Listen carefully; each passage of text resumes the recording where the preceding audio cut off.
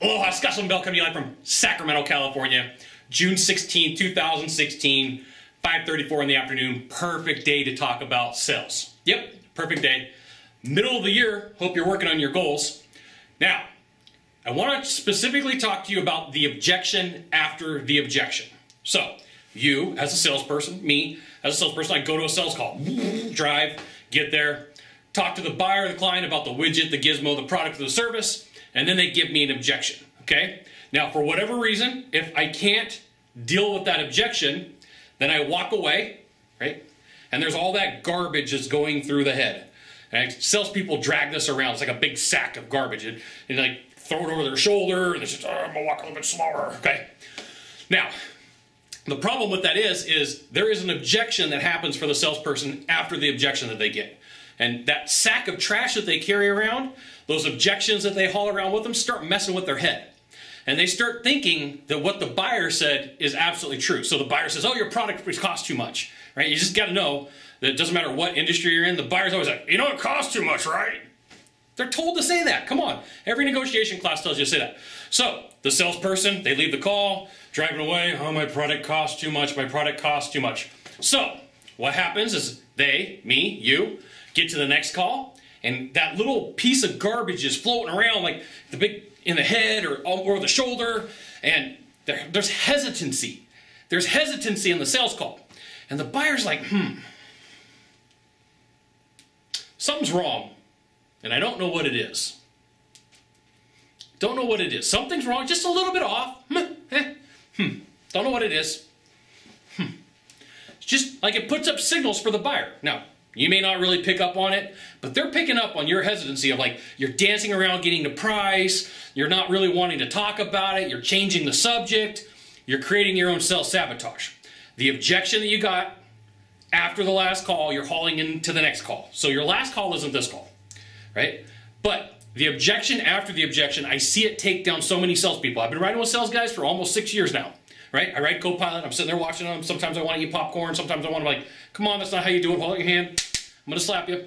So the objection after the objection is one of the things that really hurts your sales process. And I really can't talk about this enough. I mean, I see this happen a lot. You got a good sales guy, and for whatever reason, he just gets beat up a little bit from the like 3 or 4 buyers in a row for the same objection because not doing his full job, not believing in the product. Something happened. Something went sideways with a project, with a service. Something was going on, and they kind of lost faith and belief in the company.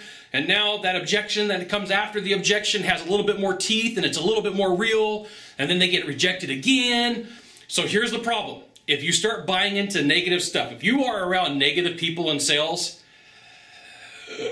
not good. I can't say it any other way. Not good. If you hang around negative people and you're in the sales world, watch your paycheck go. Okay? Negative people will kill the abilities of a salesperson. It could be a girlfriend, boyfriend, husband, wife. Hopefully not even one of those last two, right? But I see so many salespeople that they get going and they're going really good. They're like, yay, I met a new person. All right, good for you. Okay? And this all has to do with the objection after the objection. You're like, Scott, man, did you get some ADD and go off tangent? No, I didn't. I promise you. Okay? So they go to the next sales call. That person calls them. They get upset, right? For whatever reason, then they go to the sales call. They get objected. It's like it's compounding. It's like having a super high interest rate credit card that you can just never pay off. All these actions, like they all start adding up. They start snowballing. And it's like big, giant, steep mountain in the sales world. And boom, this little tiny snowball up here starts going, and it gets huge, and then really big, and then really big, okay? So you got to be careful. There is definitely an objection that happens after the objection. And if you don't deal with it, So here's a couple ways that you can do this. Get a journal. Write in a journal. And just get it off your system, right? I used to always pull over. I did in-home sales.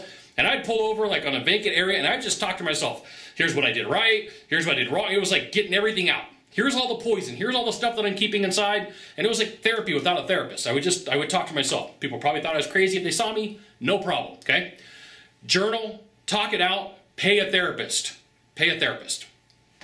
And sometimes people will say, Scott, but a therapist costs. Yeah, so does losing sales, right? Pay a therapist. It costs you far less. A good therapist, I don't know, $200, $250 an hour, or for 45 minutes, that's pretty normal. It's a going rate.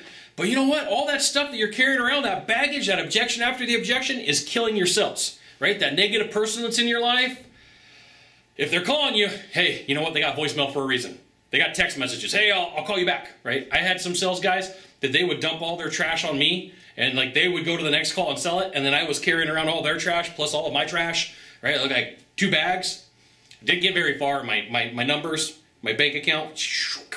Okay, so the objection after the objection can really hurt you. Pay attention to who you're hanging around, what you're saying, what you're doing, and really what you're buying in from the buyer. Right? Every industry. It doesn't matter who I've taught.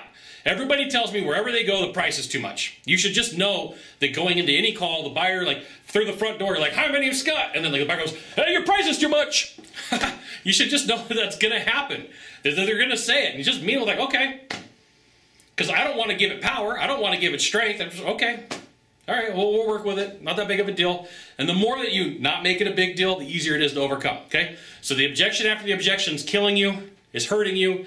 Negative people are hurting you. Be careful. Now, if you could do a small favor for me in the box down below, right? Leave a comment, question, or story. And like over in here, same area, there's a subscribe button. You can subscribe. And you can send it out to all your friends via StumbleUpon, Facebook, Twitter, Google+. Why not even LinkedIn? Scott Sylvan Bell. We'll see you soon. Thanks for watching. Aloha.